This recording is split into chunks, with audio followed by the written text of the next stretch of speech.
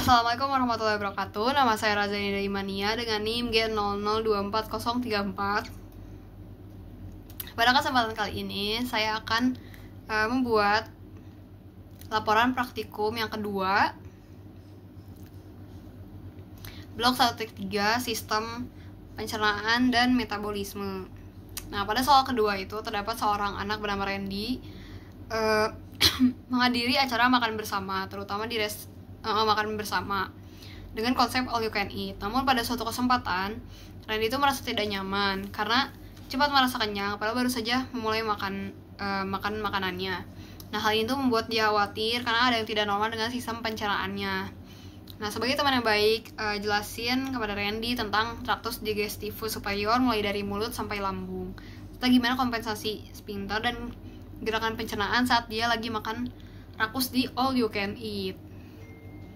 Nah, jadi pertama saya akan menjelaskan tentang traktus digestivus superior. Nah, jadi dari pertama itu makanan itu masuk ke cavitas oris atau rongga mulut. Jadi rongga mulut itu merupakan bagian tubuh saat awal dari saluran pencernaan dan berguna untuk proses pengunyahan. Nah, rongga mulut itu dilapisi dengan mukosa oral atau tunika mukosa oris, tertutup oleh epitel squamous berlapis. Nah, untuk batas-batas cavitas orisnya itu, pada anterior itu terdapat 5 oris atau fissura oralis, yaitu celah yang dibentuk oleh labium superius et inferius oris. Nah, lalu pada bagian posteriornya itu terdapat isthmus faucium.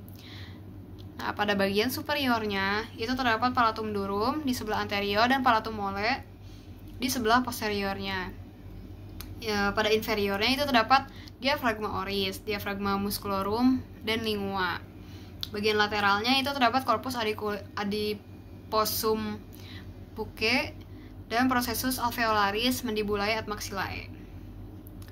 Nah, cavitas oris itu terdiri dari vestibulum oris dan cavitas oris propria. Pembaginya siapa? Pembaginya itu adalah arcus dentalis superior et inferior dan processus alveolaris maxillae et mandibulae. Nah, pada bagian vestibulum oris itu batas-batasnya itu ada apa saja? Pada bagian anterolateral itu dibatasi oleh labium superius et inferius oris dan corpus adiposum bucce. Lalu pada bagian superior itu dibatasi oleh lipatan membran mukosa yang dibentuk oleh labium superius oris dan corpus adiposum bucce ke arah gingiva. Bagian dorsal itu dibatasi oleh arcus dentalis superior et inferior dan processus alveolaris maxillae et mandibulae. Nah, pada bagian inferiornya itu dibatasi oleh lipatan membran mukosa yang dibentuk oleh labium inferius oris dan corpus adiposum bucce ke arah gingiva. Nah, cavitas oris proprianya atau cavum oris proprium itu dibatasi oleh apa saja? Bagian superiornya itu dibatasi oleh palatum durum dan palatum mole. Anterolateralnya itu dibatasi oleh processus alveolaris maxillae et mandibulae. Dan pada bagian basis itu dibatasi oleh diafragma oris, dan pada bagian posteriornya itu dibatasi oleh isthmus faucium. Nah, inervasinya apa? Inervasi sensorik dari kulit dan mukosa pada labium superius itu didapat dari nervus orbitalis pada bagian superior, sedangkan pada labium inferior itu didapat dari nervus mentalis. Nah, vaskularisasinya itu dari mana? Arterinya itu pada bagian labium superior itu arteri infraorbitalis dan arteri facialis, dan labium inferior itu dari arteri mentalis dan arteri facialis. Venanya di vaskularisasi vena dari mana? Yaitu vena facialis. Nah, palatum durum dan palatum mole itu, palatum durum itu yaitu langit-langit keras pada 2/3 anterior dari cavum oris, dan palatum mole itu langit-langit lunak pada 1/3 posterior dari cavum oris. Nah, pada palatum mole ini tuh terdapat jaringan fibromuskuler yang dibentuk oleh beberapa otot yang melekat pada bagian posterior palatum durum.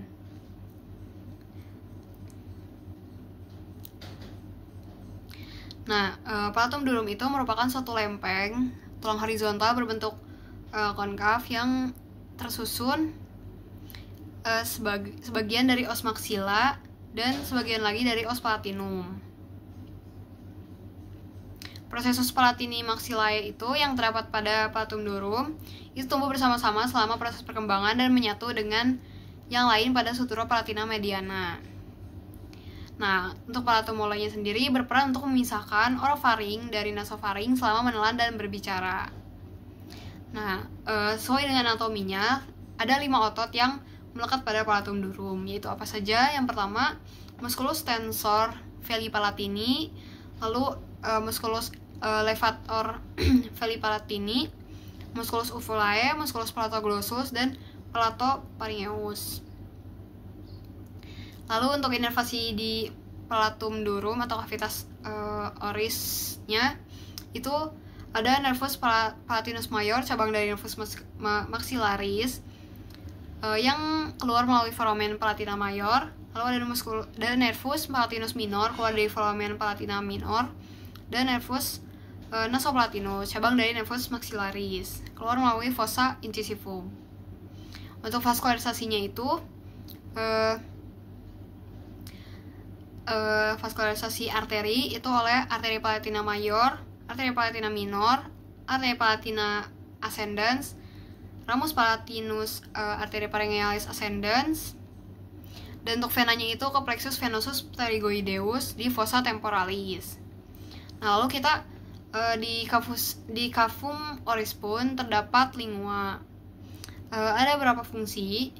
Nah, kalau fungsi motorisnya sendiri untuk mengunyah, menelan, dan berbicara, dan fungsi sensorisnya itu untuk mengucap dan hubungan seksual. Nah, untuk struktur linguanya sendiri itu terdapat apex atau margo linguae, lalu ada dorsum linguae yang terdiri dari 2 pars, yaitu pars presulcalis linguae dan pars postsulcalis linguae. Nah, pada pars presulcalis linguae itu kan 2/3 anterior dalam rongga mulut berada di anterior dari sulcus terminalis. Terdapat papila-papila, yaitu ada papila filiformis, merupakan papila yang paling kecil dan paling banyak jumlahnya. Lalu ada papila fungiforms. Papilanya itu memiliki ujung seperti kepala yang membulat berwarna merah yang biasanya mengandung colliculus gustatorius. Lalu ada papila falate, yaitu papila terbesar berjumlah 8-12 tersusun deretan berbentuk V di depan sulcus terminalis. Lalu ada papila foliata, merupakan pelipatan linear pada mukosa pada margo linguae yang dekat dengan sulcus terminalis linguae. Nah, pada postsulcalis linguae itu kan dia tuh sepertiga posterior. Tunika mukosanya itu membentuk bangunan-bangunan seperti plica glossoepiglotica mediana, plica glossoepiglotica lateralis, vallecula epiglotica, dan fossa piriformis. Nah, ada otot-otot lidah. Yang pertama, musculi intrinsic lingua. Itu ada otot musculus longitudinal superior, musculus longitudinal inferior, dan musculus transversus lingua. Lalu ada musculus verticalis linguae. Lalu untuk musculi extrinsic linguae itu terdapat musculus genioglossus, musculus hyglossus, musculus styloglossus, dan musculus palatoglossus. Secara motorik itu inervasinya itu oleh nervus 12, kecuali M palatoglossus, oleh ramus pharyngealis nervus 10. Lalu secara sensoriknya itu sensorik umumnya tuh oleh nervus lingualis nervus 3. Lalu sensorik spesial gustatoriknya itu oleh chorda timpani nervus 7.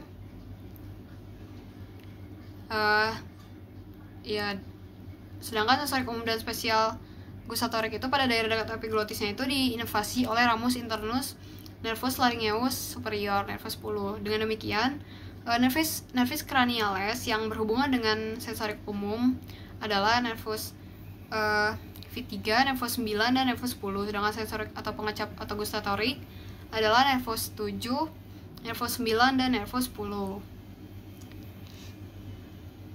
Lalu untuk vaskularisasinya itu arterinya itu arteri lingualis, dan venanya itu vena lingualis dorsalis, vena lingualis profunda.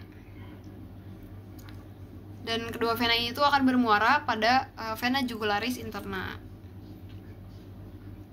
Nah, lalu setelah makanan itu masuk di linguaya atau di lidah, itu masuk ke orofaring. Nah, faring ini tuh dibagi menjadi 3 bagian, yaitu nasofaring, orofaring, dan laryngofaring. Orofaring yang disebut juga sebagai mesofaring membentang setinggi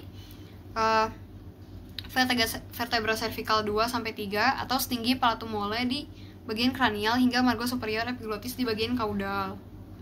Orofaring itu berhubungan dengan cavitas oris melalui isthmus faucium. Nah, untuk batas-batas orofaring itu pada bagian kranial itu yaitu palatum mole, lalu pada bagian lateral itu oleh arcus palatoglossus, dan pada bagian kaudal itu ada radix linguae. Inervasi orofaring itu persawaran motor organ sensorik orofaring itu berasal dari nervus 9 dan nervus 10 yang bentuk plexus nervorum pharyngeum. Vaskularisasi orofaring itu dari arteri tonsila palatina, yaitu rami tonsillaris arteri facialis, dan untuk venanya itu vena pharyngealis yang membentuk plexus. Lalu masuk ke esofagus makanannya. Jadi esofagus itu merupakan sebuah tabung breathing otot yang dapat kolaps atau menyempit. Lebarnya itu sekitar 20 mm, panjangnya 10 inci atau 25 cm, dan menghubungkan faring dan gaster. Sebagian besar esofagus itu terletak dalam kavitas thoracis. Esofagus bersama dengan truncus vagalis itu terletak di truncus vagalis anterior dan posterior, masuk ke dalam abdomen melalui lubang yang terdapat pada crus dextrum diafragma yang disebut dengan hiatus esofagus setinggi vertebra thoracalis 10. Nah, secara skeletopis, esofagus itu terletak setinggi vertebra cervicalis 6 sampai vertebra thoracalis 11. Oleh karena itu, esofagus itu memiliki 3 pars, yaitu pars cervicalis, yaitu yang setinggi vertebra cervicalis 6 sampai vertebra thoracalis 1, lalu pars thoracalis itu vertebra thoracalis 1 sampai vertebra thoracalis 10, lalu yang terakhir pars abdominalis, vertebra thoracalis 11. Nah, penyempitan itu tuh yang pertama disebut dengan angustia superior atau penyempitan atas. Ini tuh sepanjang 14 sampai 16 cm dari deretan dentes, merupakan pintu masuk esofagus di pars cervicalis. Esofagus berjalan di sepanjang belakang cartilago cricoidea. Lalu selanjutnya angustia media atau penyempitan tengah. Lalu angustia inferior atau penyempitan bawah. Nah, untuk inervasi esofagusnya sendiri secara sensorik itu oleh nervus vagus dan oleh truncus sympathicus dan nervus splanicus. Lalu secara motoriknya itu ototorik esofagus itu diinervasi oleh nervus vagus, dan otot polos yang mendapat inervasi parasimpatis dari nervus jadi inervasi oleh nervus vagus sebagai GVE. Lalu untuk vaskularisasi esofagusnya sendiri, arterinya itu sepertiga superior itu oleh ramus esophagealis arteria thyroidea inferior, sepertiga media dilalui oleh cabang dari aorta descendens pars thoracica dan arteri bronchialis dexa sinistra. Lalu pada pars abdominalis itu oleh arteri gastrica sinistra. Lalu pada bagian vena itu sepertiga superior itu mengalir ke vena thyroidea inferior, sepertiga media mengalir ke vena azygos, dan sepertiga inferior itu mengalir ke vena gastrica sinistra, lalu ke vena porta hepatis. Lalu pada bagian lambung, bagian gaster, itu kan lambung itu kan adalah organ tractus digestif superior yang terletak intraperitoneal di perut atas.